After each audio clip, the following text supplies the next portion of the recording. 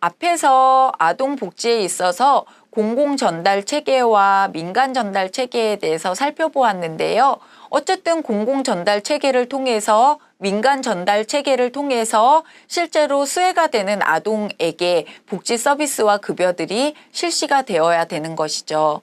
그래서 아동복지가 전달되는 체계가 얼마나 효율적으로 합리적으로 전달 체계가 잘 자리 잡혀 있는지가 실제 서비스가 이루어지는 데 있어서 굉장히 중요한 점이라는 것을 말씀드렸는데요. 우리가 이런 공공 전달 체계와 민간 전달 체계를 토대로 살펴보았을 때 아동복지 전달 체계에 있어서 좀 한계와 개선 방향에 대해서도 살펴보면 좋을 것 같습니다. 그래서 가끔 보면 정책은 수립되어 있고 그래서 어떤 서비스 계획은 공공 전달 체계 내에서 잡혀져 있는데 실제로 수혜자에게는 그 서비스가 효율적으로 전달되지 않는 경우가 많이 있거든요. 그렇다고 한다면 우리가 이 전달 체계 내에서의 어떤 문제점 때문일지를 좀 살펴보고 개선 방향을 통해서 개선해 나가는 것은 굉장히 중요한 일이라고 할 수 있겠죠. 그래서 전달 체계의 한계와 개선 방향을 좀 살펴보면은요. 먼저 우리가 요보 아동들을 발생하는 데 있어서 많은 요보 아동들이 있는데 그 아동들의 발생을 예방하기 위한 체계적 시스템이 구축되어 있지 않다는 것입니다. 요보 아동들이 발생한 다음에 사후 조치적으로 서비스가 주어지는 것도 중요한 일이지만 우리가 보호 아동들이 발생하기 이전에 예방할 수 있다면 훨씬 더 바람직한 일이겠죠.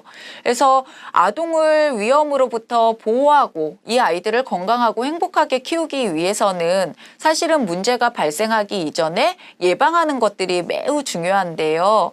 근데 이렇게 아동들을 위험으로부터 보호하고 예방하는 데 있어서 가장 중요한 핵심적인 문제점이라고 볼 수 있는 것은 복지 서비스가 전달하는데 어떤 체계적인 시스템이 구축되지 않았다는 거, 이런 것들이 문제점이 될 수 있다는 것입니다.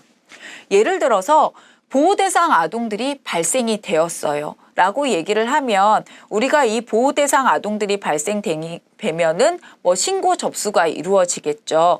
그래서 초기에 접수 창구를 통해서 접수가 되어야 되는데 접수 창구가 통일이 되어 있지 않다면 어떨까요? 예를 들어서 학대 아동이 발생했다라고 했을 때 경찰서로 연락을 할 것인지 학대 예방센터로 할 것인지 양육시설, 입양기관의 보호시설들이 쫙 일괄적으로 원스톱으로 연결이 되어 있다고 한다면 합리적으로 어떤 보호 시스템이 돌아갈 수 있을 것이라고요. 하지만 이런 보호시청이 각각의 기관 시설을 통해서 각자의 업무 지침에 따라서 처리되고 있다고 한다면 이것들이 합리적으로 효율적으로 연결되어서 체계적인 서비스가 이루어지기 어렵다는 단점이 있습니다. 그리고 우리가 요보 아동들의 발생을 예방하고 보호하기 위해서는 좀 알아야 될 것 같아요. 예를 들면 보호아동 발생했어. 여러분들 주변에서 학대를 목격했거나 아니면은 굉장히 보호가 필요로 한다고 여겨지는 아동들을 발견했다고 치면 여러분들 이 아동들을 돕기 위해서 어떻게 해야 될지 아시겠습니까? 어디에 연락하면 될지 잘 모르잖아요. 우왕좌왕하게 되고 잘 몰라서 도움을 못 주는 경우가 있는데요. 이런 경우를 우리가 홍보 부족의 문제를 들 수 있을 것 같습니다. 그래서 대부분의 사람들은 요보 대상 아동들이 발생하거나 목격했을 경우에 그 아동들에게 인도주의적인 차원에서 도움을 주고 싶죠. 그런 마음이 있음에도 불구하고 어떻게 해야지 도울 수 있는 것인지 어찌할 바를 모르는 경우가 굉장히 많다는 것입니다.